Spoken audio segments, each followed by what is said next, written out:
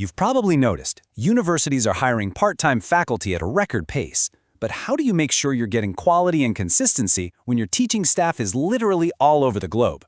Well, today, we're going to break down a proven model for doing just that. It's no secret, right? Distance education is booming, and so is the reliance on adjunct professors. But this incredible growth brings up a huge challenge. How do we make sure every single instructor, no matter where they are, is totally set up for success from day one? It really boils down to quality, consistency, and ultimately, student success. Okay, so the challenge here isn't what you might think. It's not a lack of expertise. A lot of these adjuncts are seriously seasoned professionals, top-tier engineers, incredible artists, or high-level executives. The real problem is they're experts in their field, not necessarily in the unique culture of a university classroom. And this quote right here, it absolutely nails it. I mean, industry and academia might as well be different planets sometimes. They operate on different customs, different social cues. A presentation that kills in the boardroom doesn't always translate to an effective lecture. So bridging that cultural gap is the first and maybe the most important hurdle to clear. So what does this challenge actually look like in the real world? Well, let's take a look at a great example, university's business school. Just try to get your head around this scale for a second. Over 400 part-time faculty. And these instructors weren't just in a different building. They were spread across the country. I mean, how on earth do you maintain a consistent culture with a team that diverse and spread out?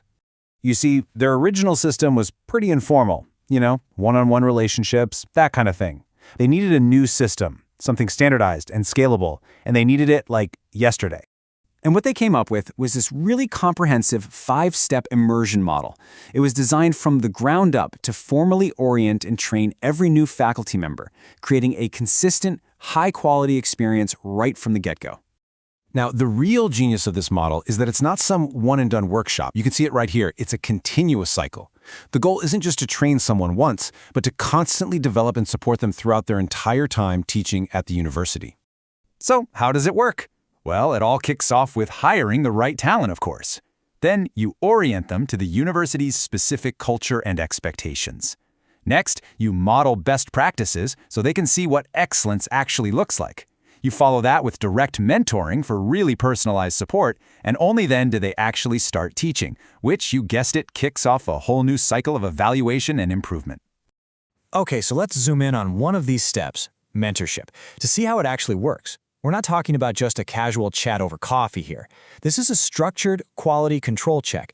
New faculty have to submit their entire syllabus and course materials to an experienced mentor, who then reviews and approves them weeks before the class even begins.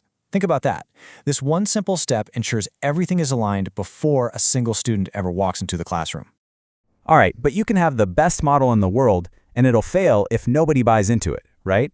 So the big question is, how do you get these busy professionals to actually engage with all this? Turns out, the key isn't just the plan itself. It's about meaningful rewards. The program puts its money where its mouth is, recommending a pretty tangible incentive, a $500 stipend for new faculty who finish the training. And here's the crucial part. Their mentor gets a matching $500. Now, this sends a huge message. Mentoring is not just volunteer work. It's a valued, compensated, and critical contribution to the university. But it's not all about the money. A really effective system goes deeper. It builds a genuine community. You're talking about things like formal recognition letters they can add to their portfolio, department dinners, even fun team outings to a theme park. All this stuff creates this incredible sense of belonging and appreciation, and that fosters a kind of loyalty that a simple paycheck just can't buy. Okay, so this worked for them, but how can you or other institutions get the same results? Well, the good news is this case study basically hands you the blueprint for building your own sustainable training program. And this isn't just some simple checklist, It's really a roadmap for changing the whole system. You got to have a dedicated committee to keep everyone accountable. You need detailed course profiles to set crystal clear expectations. You have to guarantee mentorship to provide that crucial support. And maybe most importantly of all, you need a formal peer review process to create a culture where everyone is always improving, where the program itself is always learning and evolving. So, at the end of the day, it all boils down to one simple question. Is training your faculty just another expense on a spreadsheet? Or is it a fundamental investment in your institution's future and its reputation? Because let's face it, in today's world, the quality of your teaching is the quality of your brand. It's as simple as that.